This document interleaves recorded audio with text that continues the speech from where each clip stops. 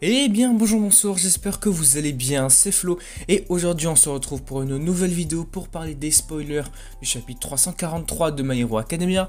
Et avant que celle-ci ne commence, je vous le rappelle, si vous voulez me soutenir sur les prochaines vidéos, n'oubliez pas de vous abonner à la chaîne. Et du coup, comme vous allez le voir, ce chapitre, comme le précédent, il est vraiment pas mal.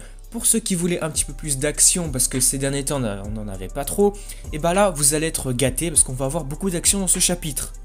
Alors pour commencer ce chapitre, il va démarrer avec All for One dans la grotte où il se trouvait, disant que les mensonges ne fonctionnent pas contre lui. Il va nous dire que c'est grâce à un alter qu'il a volé à un homme il y a de cela plusieurs années, et que, assez ironiquement, l'un de ses descendants opère aux côtés de All Might actuellement. Et il s'agit probablement de Tsukochi, puisque sa sœur qui s'appelle Makoto, elle possède un alter assez similaire à celui-ci. Alors déjà avec cette information, bien ça peut nous aider concernant comment All for One fait pour toujours prédire ce que les héros vont faire. Étant donné qu'il sait qu'en fait toujours les personnes lui disent la vérité, en tout cas les gens n'arrivent pas à lui mentir, il peut toujours prédire ce qu'ils vont être capables de faire. Bon, c'est peut-être pas forcément bien expliqué, mais en tout cas c'est peut-être quelque chose qui peut lui permettre ou l'aider à prédire les choses. D'ailleurs en plus je sais pas si vous vous rappelez, cet alter là qui lui permet de ne pas faire fonctionner les mensonges sur lui, ça me fait un peu penser à l'alter d'un des Yakuza, du coup lors de l'arc avec Eri. C'était un des Yakuza que lorsqu'il utilisait son alter, il forçait la personne à dire la vérité. Donc voilà, c'est juste un petit parallèle, j'ai l'impression que ces alters se ressemblent un petit peu. Alors ensuite, nous voyons All for One entrer en communication téléphonique avec la mère de Aoyama, qui fait passer un message déguisé en conversation sur le vin. Donc ok, c'est pour camoufler leur conversation.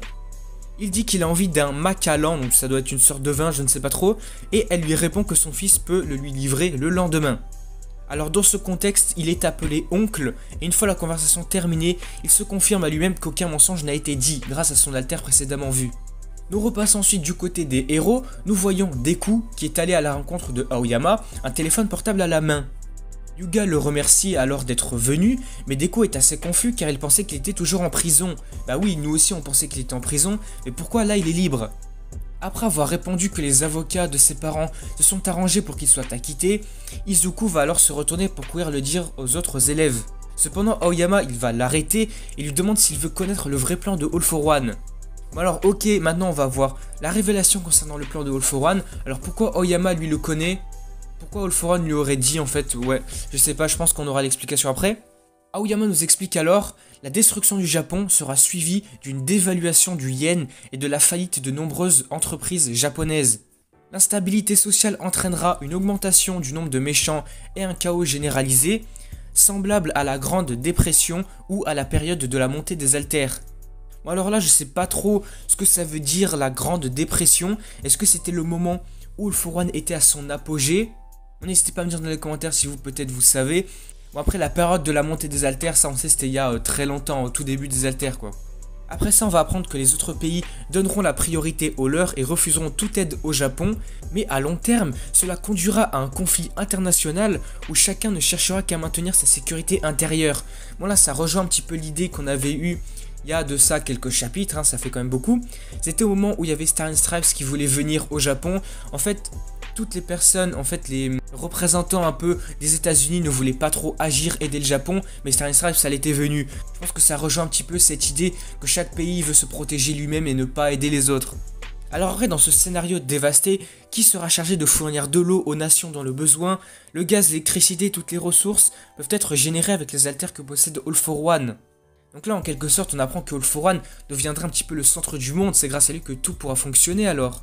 Midoriya dit qu'il est encore trop tôt pour prédire ce scénario apocalyptique, puisqu'ils sont tous encore là pour arrêter All for One. Cependant Aoyama s'excuse et dit que finalement il veut toujours protéger la sécurité de sa mère et de son père.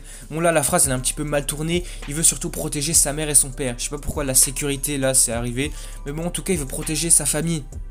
Alors que Aoyama est en train de pleurer, nous voyons All for One qui est en train de flotter derrière lui. Donc là oui, je suis tout autant choqué que vous. Lorsque j'ai vu les images du chapitre, je sais pas, j'ai vu All for One d'un coup, j'ai pas compris. Donc comme nous tous là, Deku, il est choqué et All for One loue les actions de Aoyama et lui demande si ce sont ses parents qui lui ont parlé de son plan final. Parce que bah là, comme on l'apprend, il n'était pas censé le savoir. Aoyama confirme alors et dit qu'ils ont promis qu'ils seraient heureux dans le monde que All for One va créer. En entendant tout ça, Deku s'écrie qu'il lui a fait confiance et Aoyama alors s'incline en pleurant et en tremblant. Par contre, ce qu'il va faire ensuite, c'est de se retourner rapidement et de tirer un laser dans la direction de All For One. Là, de par cette action, on comprend bien que Aoyama, il est entre guillemets soumis à All For One. C'est pas lui qui agit de sa propre volonté. De toute façon, on l'avait bien compris. C'est All For One qui le menace, tout ça. Et là, il essaie de se défendre en fait. En tout cas, il cherche à se battre contre All For One. En voyant ce laser arriver sur lui, All For One va utiliser une vague d'air pour se mobiliser rapidement et esquiver le coup traitant Aoyama d'imbécile.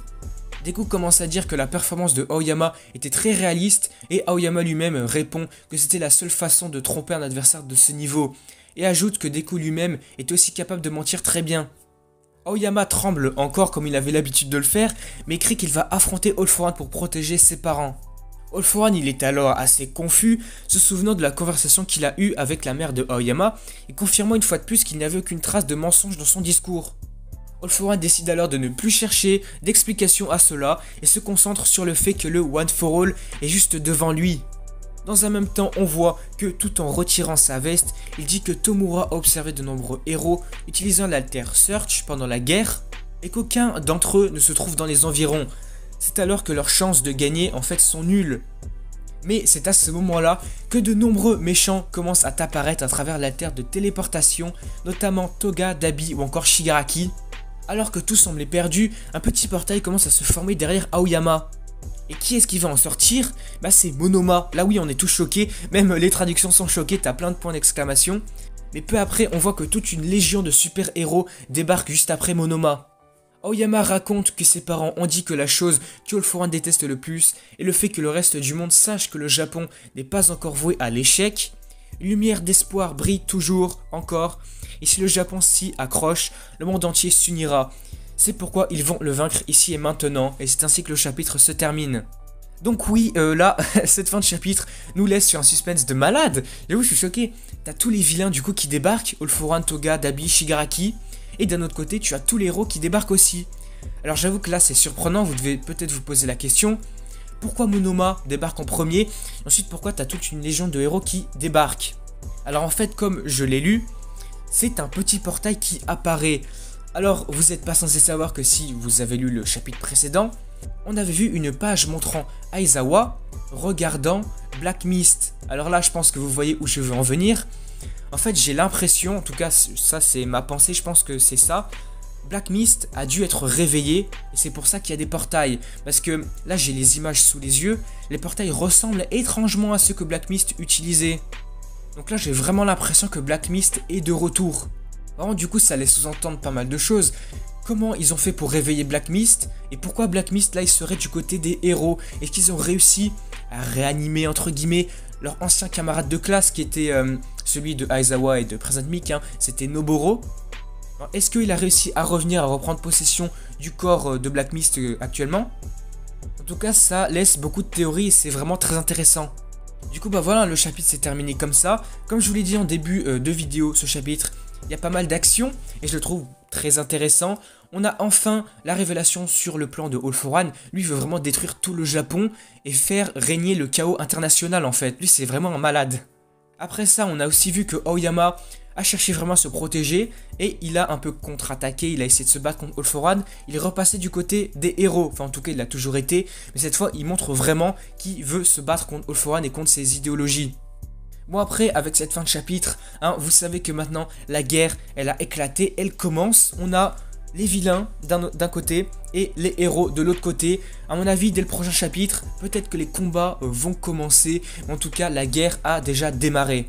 Bon bah voilà, du coup on va s'arrêter ici pour cette vidéo sur les spoilers du chapitre 343 de My Hero Academia. Je vous avoue que ce chapitre, je l'ai pas mal apprécié. On a enfin la révélation sur le plan de All For One. La guerre commence, là il va y avoir beaucoup d'actions, ça va être vraiment très intéressant par la suite. N'hésitez pas à me dire ce que vous en avez pensé dans les commentaires. Si vous avez des choses à théoriser par exemple concernant le fait que Black Mist serait de retour. Et puis surtout, si la vidéo vous a plu, n'hésitez pas à liker, à commenter, à partager.